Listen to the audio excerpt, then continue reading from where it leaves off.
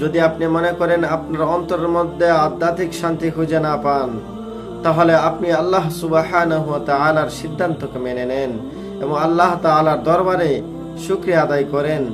বিপদে মুসিবতে আল্লাহ তাআলার দরবারে ধৈর্য ধারণ করেন এবং আপনি দেখবেন এই কাজগুলো যদি করেন, আল্লাহর সিদ্ধান্তকে যদি মেনে নেন, সবর করেন, শুকরিয়া আদায় করেন, দেখবেন আল্লাহ সুবহানাহু ওয়া তাআলা আপনার অন্তরের মধ্যে শান্তি ঢেলে দিবে।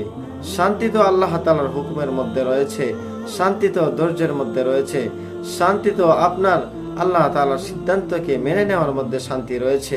আল্লাহ তাআলার সিদ্ধান্তকে যদি আপনি মেনে না নেন, তাহলে আপনি যত সম্পদ উপার্জন করেন না কেন, যত সুখে থাকেন না কেন, আপনি প্রকৃত সুখ পাবেন না। আধ্যাত্মিক প্রশান্তি হচ্ছে অত্যন্ত বড় একটি শান্তি। এই শান্তি আল্লাহ তাআলা সবাইকে দেন নাই, যারা ধৈর্য ধরে সবর করে তাদেরকে আল্লাহ তাআলা দান করে।